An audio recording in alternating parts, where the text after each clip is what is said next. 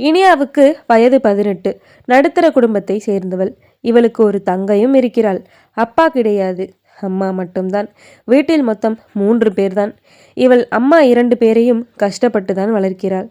இனியாவும் அவள் தங்கை அகல்யாவும் அம்மா பேச்சை தட்டாதவர்கள். அம்மா எது சொன்னாலும் அப்படியே கேட்பார்கள். இனியாவின் தங்கை 11ஆம் வகுப்பு படிக்கிறாள். இனியாவும் இப்போதுதான் ஒரு தனியார் கல்லூரியில் இன்ஜினியரிங் 1ஆம் ஆண்டு சேர்ந்துள்ளார். இனியா பின்னாடி சுத்தாத ஆண்களே கிடையாது. அவ்வளவு அழகு அவள். ஆனால் இனியா யாரையும் கண்டுகொள்ள மாட்டாள். அம்மா பார்க்கும் பையனை தான் கல்யாணம் பண்ண வேண்டும் என்று எண்ணுபவள் அவள். இனியாவின் வீட்டிற்கு பக்கத்து வீட்டில் இருக்கும் சுமதி என்பவர் இனியாவை பார்த்து கொண்டே இருப்பார்.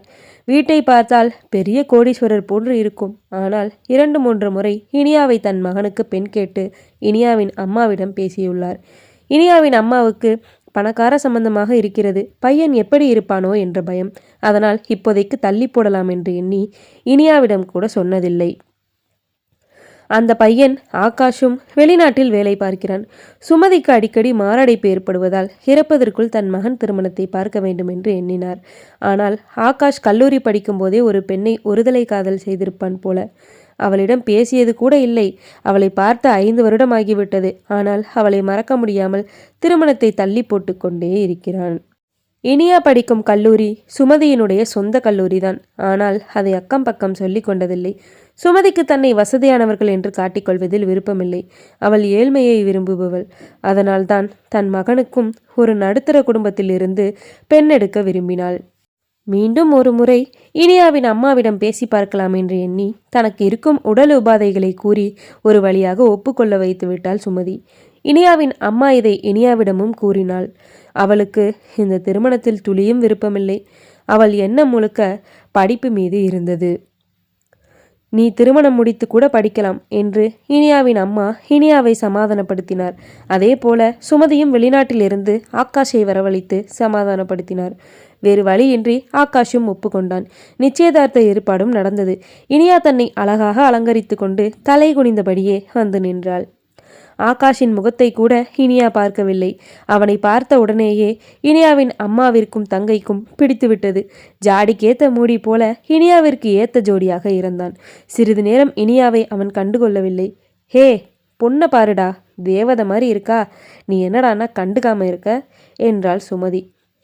அப்படி என்ன அழகு இருக்க போகிறது என்று நிமிர்ந்து பார்த்தான் ஆகாஷ். இனியாவை பார்த்ததும் அதிர்ச்சியில் உறைந்து போய் அம்மா அம்மா என்று அம்மாவை கட்டிப்பிடித்தான். என்னடா லூசு பாய மாதிரி கத்துற என்றாள் சுமதி. அம்மா, நான் காலேஜ் படிக்கும்போது ஒரு ஸ்கூல் பண்ண லவ் பண்ணேன்னு சொன்னேன்ல, அந்த பொண்ணே இவதாம்மா என்றான் ஆகாஷ். சுமதிக்கு சந்தோஷம் தாங்கவில்லை. தன் மகனுக்கு பிடித்த பெண்ணையே பார்த்து விட்டோம் என்ற கர்வம் அவளுக்கு. அன்றே நிச்சயதார்த்தமும் நடந்து முடிந்தது. இரவெல்லாம் தூங்காமல் அங்கும் இங்கும் அல்லாடி கொண்டிருந்தான் ஆகாஷ். கனவா நினைவா என்று அவளைத்தான் பார்த்தோமா என்று தானாக புலம்பிக் கொண்டிருந்தான். புலம்புனது போதும், இன்னொரு நல்ல விஷயம் சொல்கிறேன் கேள். இனியா நம்ம காலேஜில் தான் இன்ஜினியரிங் படிக்கிறா. இனிமேல் நீ தான் காலேஜ் பொறுப்பெல்லாம் பார்த்துக்கணும். இன்னொரு விஷயம், நம்ம காலேஜில் நீயும் இனியாவும் புருஷன் பொண்டாட்டின்னு யாருக்கிட்டையும் சொல்லிடாத. அவள் இப்போதான் ஃபஸ்ட் இயர் படிக்கிறா. அவள் படிக்கிற வரைக்கும் அவளுக்கு உன்னால் எந்த தொல்லையும் வரக்கூடாது. இப்போதைக்கு மோதிரம் மாற்றி ரெஜிஸ்டர் கல்யாணம் பண்ணிக்கலாம். அவள் படிப்பு முடிஞ்சதும் எல்லாருக்கும் சொல்லி திருமணம் செய்யலாம் என்றாள் சுமதி. அவள் சொல்வதையெல்லாம் கேட்டு சரி என்றான் ஆகாஷ். திருமண ஏற்பாடுகள் நடைபெற்றன. அதற்கான வேலைகள் இரு வீட்டிலும் நடந்தன. ஆனால் தொடங்கிய வேகத்திலேயே அனைத்து வேலைகளும் நின்றன. காரணம், சுமதி மாரடைப்பால் காலமானார். வாழ்க்கையையே வெறுத்து போனான் ஆகாஷ். அவனுக்கென்று யாரும் இல்லை, உடன் பிறந்தோரும் இல்லை. அப்பா சிறு வயதிலே இறந்து விட்டார். அம்மாவும் தவறிவிட்டார். இனிமேல் நமக்கு யார் இருக்கிறார் என்று வருந்தினான். நாட்கள் ஓடியது. 8 மாதமாகிவிட்டது. சரியாக சாப்பிடாமல் தூங்காமல் வீடே கதி என்று கிடந்தான். வீட்டிலுள்ள வேலையாட்கள் சமைத்து கொடுத்தாலும் சரியாக சாப்பிட மாட்டான். இதையெல்லாம் இனியாவின் அம்மா காவேரி கவனித்தாள். இரவு 7 மணி இருக்கும். ஒரு சிறிய தட்டில் 5-6 இட்லி, கொஞ்சம் சாம்பாரை வைத்து இனியாவின் கையில் கொடுத்து ஆகாஷிடம் கொடுத்து வர சொன்னாள். முதலில் மறுத்த இனியா பிறகு தைரியத்தை வரவழைத்து கொண்டு ஆகாஷின் வீட்டிற்கு சென்றாள். வேலையாட்கள் வெளியில் செடிக்கு தண்ணீர் ஊற்றி கொண்டு இருந்ததால் கதவு திறந்து இருந்தது. ஆகாஷ் எங்கே என்று வேலையாட்களிடம் விசாரித்தாள் இனியா. சார் பெட்ரூம்ல இருக்கார் என்றனர் வேலையாட்கள்.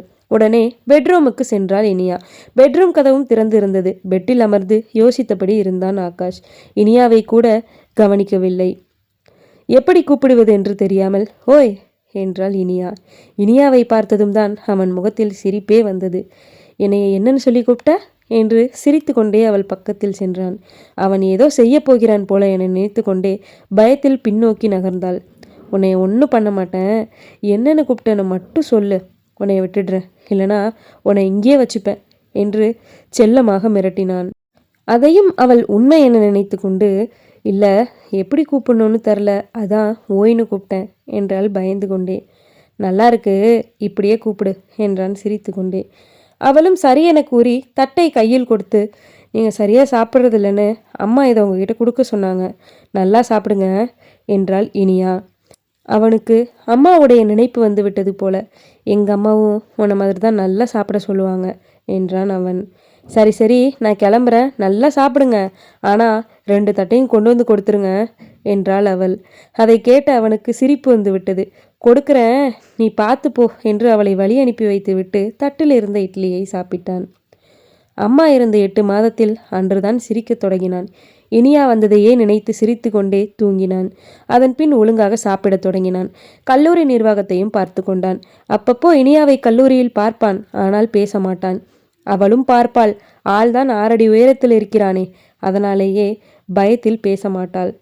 அவ்வப்போது இவளை பார்த்து கண்ணடிப்பான். இனியாவும் முறைத்து கொண்டே செல்வாள். அன்று ஞாயிற்றுக்கிழமை. காவேரி பிள்ளைகளுக்காக மட்டன் வாங்கி சமைத்தாள். அப்போது என் பையன் ஆகாஷுக்கு கறிமீனுன்னா ரொம்ப பிடிக்கும் என்று சுமதி பேசியதெல்லாம் நினைவுக்கு வந்தது. உடனே ஒரு கிண்ணத்தில் குழம்பை ஊற்றி இனியாவிடம் கொடுத்து விட்டாள். இனியா அதை கையில் வாங்கி கொண்டு, அந்த பையன் ஏமா இவ்வளோ நாள் ஆகியும் சோகமாகவே இருக்கான், அன்னைக்கு இட்லி கொடுக்க போனேன்ல, அன்னைக்கு தான் அவன் சிரித்து நான் பார்த்தேன் என்று சொல்லி வாயை கொடுத்து மாட்டிக்கொண்டாள். தனியாக இருப்பதால் கஷ்டப்படுகிறான் போல. உடனேயே நின்ற திருமணத்தை நடத்த வேண்டும், அந்த பையனுக்கும் துணை வேண்டும் என எண்ணினாள் இனியாவின் அம்மா. இனியாவிடம் இதை பற்றி எதுவும் சொல்லாமல் குழம்பை கொடுத்து வரச் சொன்னாள். இனியாவும் குழம்பை எடுத்துக்கொண்டு ஆகாஷ் வீட்டிற்கு சென்றாள். வழக்கம் போல கதவு திறந்து இருந்தது. இனியா குழம்பை கிச்சனில் வைத்துவிட்டு வேலையாட்களிடம் சாதம் மட்டும் வடித்து அவனுக்கு சாப்பாடு கொடுங்கள் என்று கூறினாள். கிளம்பலாம் என்று நினைத்தாள். ஆனால் மரியாதைக்கு ஒரு முறை அவனிடம் சொல்லிவிடலாம் என்று அவன் அறைக்கு சென்றாள். அவன் வெளியே சென்று சாப்பிடலாம் என எண்ணி தலைவாரி கொண்டிருந்தான். ஓய் என அழைத்தாள் இனியா. அவளை பார்த்த உடனேயே கையை பிடித்து வெடுக்கென ரூமுக்குள் இழுத்தான். இனியாவோ பயத்தில் கத்தினாள். நீ கத்து கத்து, யாருக்கும் கேட்காது என்று ரூமை தாளிட்டான். அவளுக்கு இன்னும் பயத்தை உண்டாக்கியது. தெரியாம வந்துட்டேன், என்னை விட்டுடு என்றாள் அவள். ஓஹோ, உன்னை விடணுமா? அப்படின்னா நான் சொல்றது செய் என்றான் ஆகாஷ். என்ன செய்யணும் சொல்லு என்றாள் இனியா. என்னை கட்டி பிடிச்சி ஒரு முத்தம் மட்டும் கொடுத்துட்டு போ என்றான் அவன். முடியாது என்று சொல்லும்போதே கண்களில் கண்ணீர் முட்டி கொண்டு வந்தது அவளுக்கு. அதை பார்த்த உடனேயே ஆகாஷ் பதறிவிட்டான். ஹே, சும்மா சொன்னேன்டி, அழுவாத, கண்ணை தொடச்சிக்கோ, உன்னை விட்டுடுறேன் என்றான் அவன். அவள் கண்ணில் கை வைக்கும் முன்பாகவே இவனே கண்ணை துடைத்து விட்டான். ரூமில் இருக்கும் ஃப்ரிட்ஜை திறந்து ஒரு சாக்லேட்டை எடுத்து அவள் கையில் கொடுத்தான். அவளும் இதை மட்டும் வாங்கவில்லை என்றால் ஏதாவது செய்து விடுவான் என்று எண்ணி அதை வாங்கி கொண்டாள். இனியாவுக்கு விவரம் தெரியாது. ஒரு குழந்தை போலவே வளர்த்து விட்டாள் காவேரி. அதை ஆகாஷும் புரிந்து கொண்டு அவளை சிறு பிள்ளை போலவே நடத்தினான். கடைசி வரை எதற்காக வந்தாள் என்பதையே சொல்ல விடவில்லை ஆகாஷ். இனியாவும் எதுவும் சொல்லாமலே கிளம்பினாள். ரூமை விட்டு வெளியே செல்ல எழுந்தாள் இனியா. அவள் எழுந்த உடனேயே அவளை பேச விடாமல் மூச்சு முட்டும் அளவுக்கு இறுக்கி கட்டிப்பிடித்தான். போதும், 10 நிமிஷம் ஆகுது, விடு என்றாள் பயந்து கொண்டே. சிரித்து கொண்டே அவனும் அவளை விட்டான். விட்ட நொடியே குடுகுடுவென வீட்டிற்கு ஓடினாள். அவள் செல்லும் வரை சிரித்து கொண்டே பார்த்தான். மறுநாளே காவேரி ஆகாஷை வரவழைத்து திருமணத்தை பற்றி பேசினாள். அவனுக்கு ஒரே குஷி. சிரித்து கொண்டே சரி என கூறி கிளம்பினான். ரெஜிஸ்டர் திருமணத்திற்கு ஏற்பாடுகள் நடந்தன. ஒரு வாரத்திலேயே திருமணமும் நடந்து முடிந்தது. அம்மா வீடு பக்கத்தில் தான் இருக்கிறது என்பதால் இனியா கொஞ்சம் கவலை இல்லாமல் இருந்தாள். இனியா அம்மா வீட்டிலிருந்து கணவன் வீட்டிற்கு அழைத்து செல்லப்பட்டாள். பிறகு இனியாவின் அம்மாவும் சொந்த பந்தங்களும் ஆகாஷின் வீட்டை விட்டு கிளம்பினர்.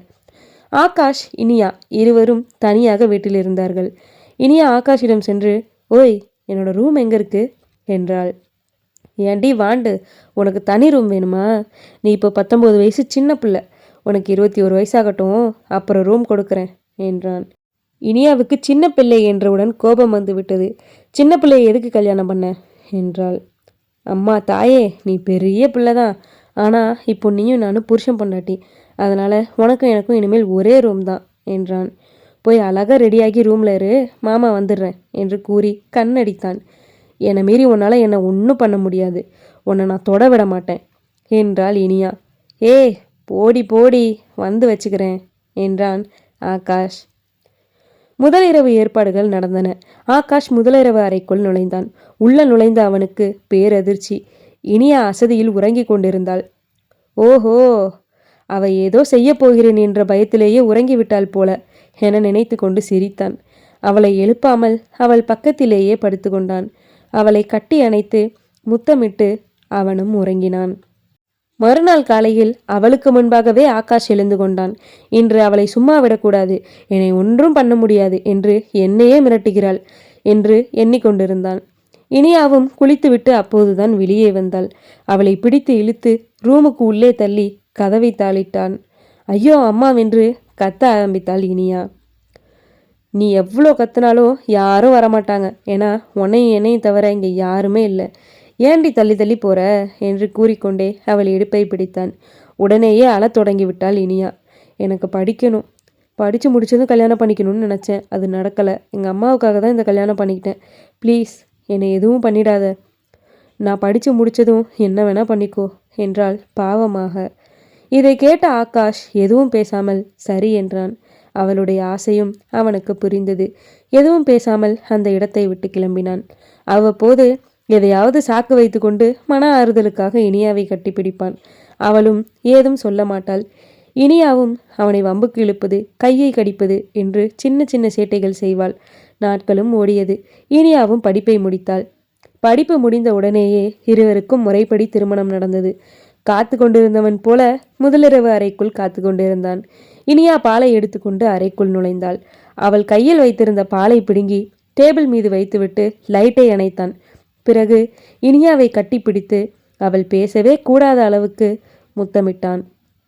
இவ்வளவு நாள் இவன் காத்திருந்ததே பெரிய விஷயம் என எண்ணி அவன் செய்வதற்கெல்லாம் இனியாவும் அடங்கி போனாள்.